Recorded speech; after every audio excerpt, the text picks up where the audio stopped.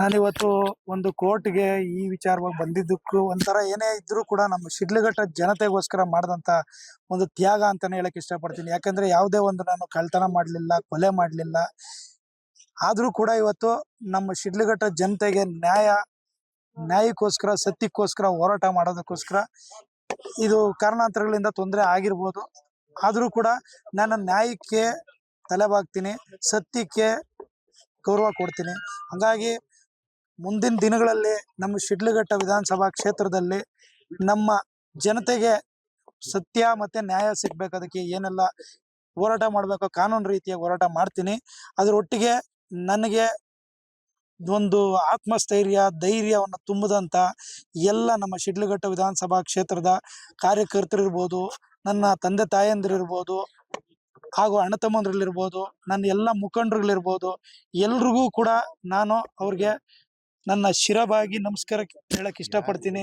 ನನ್ನ ಜೊತೆಯಲ್ಲಿ ಶಕ್ತಿಯಾಗಿ ಎಲ್ಲರೂ ಕೂಡ ನಾವಿದ್ದೇವೆ, ನಿನಗೆ ಏನೇ ತೊಂದರೆ ಆದರೂ ಕೂಡ ನಾವಿದ್ದೀವಿ ಅನ್ನೋ ರೀತಿನಲ್ಲಿ ಸುಮಾರು ಸಾವಿರಾರು ಸಂಖ್ಯೆಯಲ್ಲಿ ಎಲ್ಲರೂ ಕೂಡ ನಾನು ನೋಡ್ತಿದ್ದೆ. ತುಂಬಾ ಸಂತೋಷ ಆಗ್ತಿತ್ತು.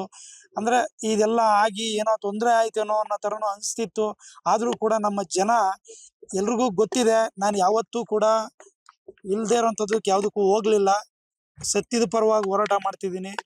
ಕರೋನಾ ಕಷ್ಟ ಕಾಲದಲ್ಲಿ ಇವತ್ತಿನವರೆಗೂ ಏನಾಗಿದೆ ಅಂದ್ರೆ, ಇವತ್ತು ಈ ಒಂದು ವಿಚಾರ ಇಡೀ ನಮ್ಮ ರಾಜ್ಯದಾದ್ಯಂತ, ದೇಶದಾದ್ಯಂತ ಇವತ್ತಿನ ವಿಚಾರ ಇವತ್ತು ಎಲ್ಲಾ ಕಡೆ ವೈರಲ್ ಆಗಿದೆ ಅನ್ನೋದು ಗೊತ್ತಾಯ್ತು ನನಗೇನಂದ್ರೆ, ಇವತ್ತು ಸುಮಾರು ಒಂದು 10 ವರ್ಷಗಳ ಕಾಲದಿಂದ ನಮ್ಮ ಆಂಬ್ಯುಲೆನ್ಸ್ಗಳ ಸೇವೆನಲ್ಲಿ 25,000ಕ್ಕೂ ಹೆಚ್ಚಿನ ಜನರ ಒಂದು ಜೀವ ಉಳಿಸಿದೀವಿ. 10 ಆಂಬ್ಯುಲೆನ್ಸ್ಗಳು ಇವತ್ತು ಕೂಡ 24 ಗಂಟೆ ನಿರಂತರವಾಗಿ ಸೇವೆ ಸಲ್ಲಿಸ್ತಾ ಇದ್ದಾವೆ. ಅವರೆಲ್ಲರೂ ಕೂಡ ಹೇಳ್ತಿದ್ದಾರೆ, ನೀವು ಮಾಡಿರೋಂಥ ಒಳ್ಳೆ ಕೆಲಸಗಳನ್ನ ಯಾರು ಕೂಡ ನಾವು ಮರ್ತಿಲ್ಲ. ತಿರುಗಿ ಕೋವಿಡ್ ಸಂದರ್ಭದಲ್ಲಿ ಮೊದಲನೇದಾಗಿ ನಾನು ಹೇಳ್ತಿದ್ದೀನಿ, ಪತ್ರಿಕಾ ಮಿತ್ರರಿಗೆ ಮತ್ತೆ ಪೊಲೀಸ್ ಆರಕ್ಷಕ ಸಿಬ್ಬಂದಿಯವರೆಗೇನೆ ಕೋವಿಡ್ ಲಾಕ್ಡೌನ್ ಸಂದರ್ಭದಲ್ಲಿ, ಸೀಲ್ ಡೌನ್ ಆಗಿದ್ದ ಸಂದರ್ಭದಲ್ಲಿ ಪ್ರತಿಯೊಬ್ಬರಿಗೂ ರೇಷನ್ ಕಿಟ್ಸು, ವಿಶೇಷವಾಗಿ ಮಾಧ್ಯಮ ಮಿತ್ರರಿಗೆ ಹೇಳ್ಬೇಕು ಅಂತಂದ್ರೆ 1 ಸರಿ ಅಲ್ಲ 3 ಸರಿ ಒಂದೊಂದು ತಿಂಗಳಿಗಾಗಷ್ಟು ರೇಷನ್ ಕಿಟ್ನ ನಾನು ಕೊಟ್ಟೆ.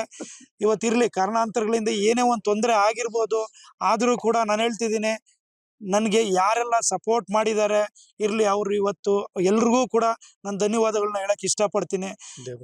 ಮುಂದಿನ ದಿನಗಳಲ್ಲಿ ನಮ್ಮ ಶಿಡ್ಲಘಟ್ಟ ನನ್ನ ಕರ್ಮಭೂಮಿ. ನನ್ನ ಏನೇ ಇರಲಿ, ಶಿಡ್ಲಘಟ್ಟದ ಜನತೆಗೋಸ್ಕರ ನಾನು ಯಾವತ್ತೂ ಕೂಡ ಸತ್ಯದ ಪರವಾಗಿ ಹೋರಾಟ ಮಾಡೋದಕ್ಕೆ ನಾನು ಸಿದ್ಧವಾಗಿರ್ತೀನಿ.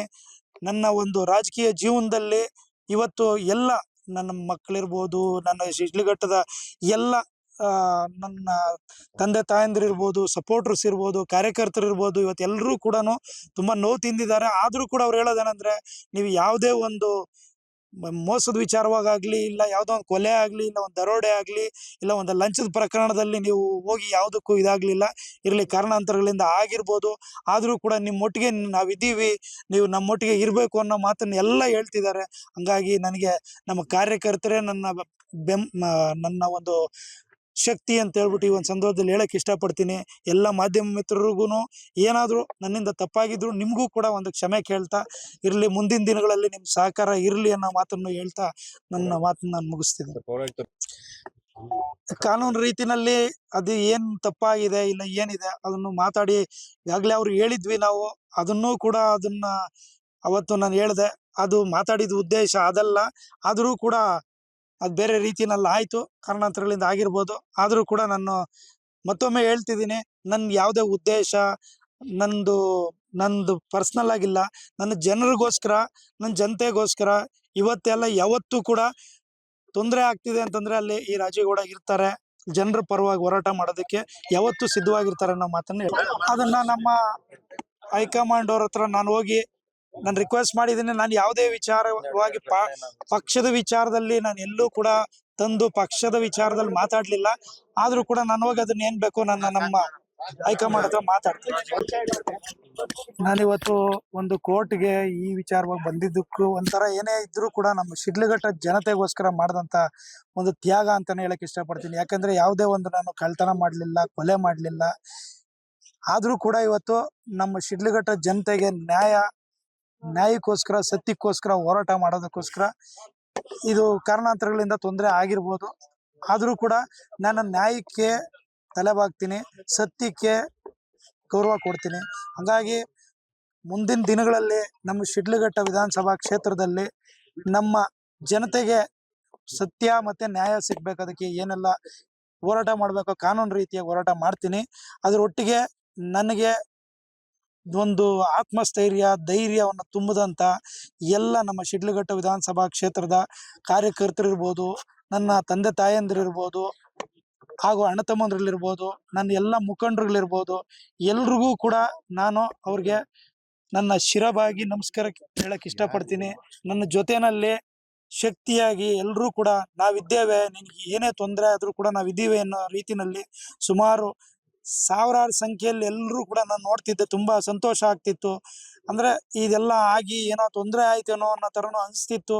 ಆದರೂ ಕೂಡ ನಮ್ಮ ಜನ ಎಲ್ರಿಗೂ ಗೊತ್ತಿದೆ, ನಾನು ಯಾವತ್ತೂ ಕೂಡ ಇಲ್ಲದೇ ಇರೋಂಥದ್ದಕ್ಕೆ ಯಾವುದಕ್ಕೂ ಹೋಗಲಿಲ್ಲ. ಸತ್ಯದ ಪರವಾಗಿ ಹೋರಾಟ ಮಾಡ್ತಿದ್ದೀನಿ.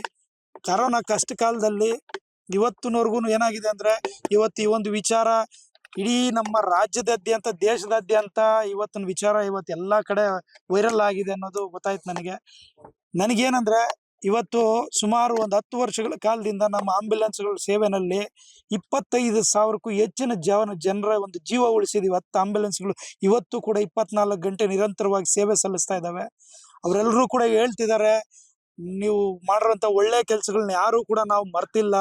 ತಿರುಗಿ ಕೋವಿಡ್ ಸಂದರ್ಭದಲ್ಲಿ ಮೊದಲನೇದಾಗಿ ನಾನು ಹೇಳ್ತಿದ್ದೀನಿ, ಪತ್ರಿಕಾ ಮಿತ್ರರಿಗೆ ಮತ್ತೆ ಪೊಲೀಸ್ ಆರಕ್ಷಕ ಸಿಬ್ಬಂದಿಯವರೆಗೇನೆ ಕೋವಿಡ್ ಲಾಕ್ಡೌನ್ ಸಂದರ್ಭದಲ್ಲಿ ಸೀಲ್ ಡೌನ್ ಆಗಿದ್ದ ಸಂದರ್ಭದಲ್ಲಿ ಪ್ರತಿಯೊಬ್ಬರಿಗೂ ರೇಷನ್ ಕಿಟ್ಸು, ವಿಶೇಷವಾಗಿ ಮಾಧ್ಯಮ ಮಿತ್ರರಿಗೆ ಹೇಳಬೇಕು ಅಂತಂದ್ರೆ 1 ಸರಿ ಅಲ್ಲ 3 ಸರಿ ಒಂದೊಂದು ತಿಂಗಳಿಗಾಗಷ್ಟು ರೇಷನ್ ಕಿಟ್ನ ನಾನು ಕೊಟ್ಟೆ.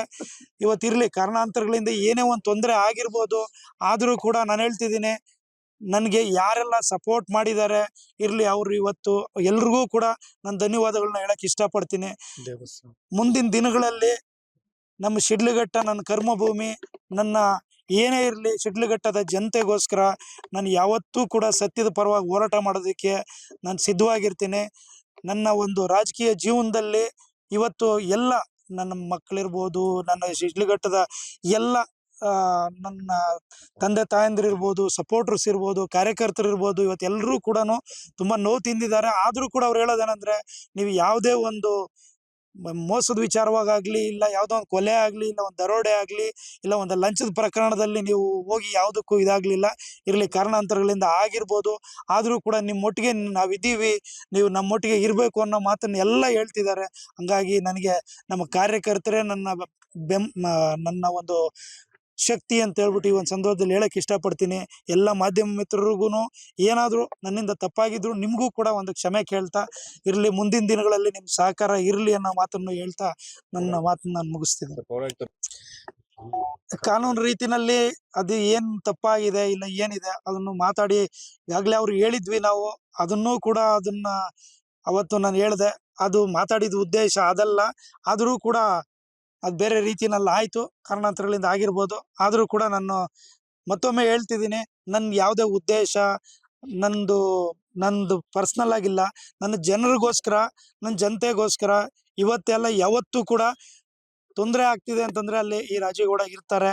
ಜನರ ಪರವಾಗಿ ಹೋರಾಟ ಮಾಡೋದಕ್ಕೆ ಯಾವತ್ತೂ ಸಿದ್ಧವಾಗಿರ್ತಾರೆ ಅನ್ನೋ ಮಾತನ್ನ ಅದನ್ನ ನಮ್ಮ ಹೈಕಮಾಂಡ್ ಅವ್ರ ಹತ್ರ ನಾನು ಹೋಗಿ ನಾನು ರಿಕ್ವೆಸ್ಟ್ ಮಾಡಿದ್ದೀನಿ. ನಾನು ಯಾವುದೇ ವಿಚಾರವಾಗಿ ಪಕ್ಷದ ವಿಚಾರದಲ್ಲಿ ನಾನು ಎಲ್ಲೂ ಕೂಡ ತಂದು ಪಕ್ಷದ ವಿಚಾರದಲ್ಲಿ ಮಾತಾಡ್ಲಿಲ್ಲ.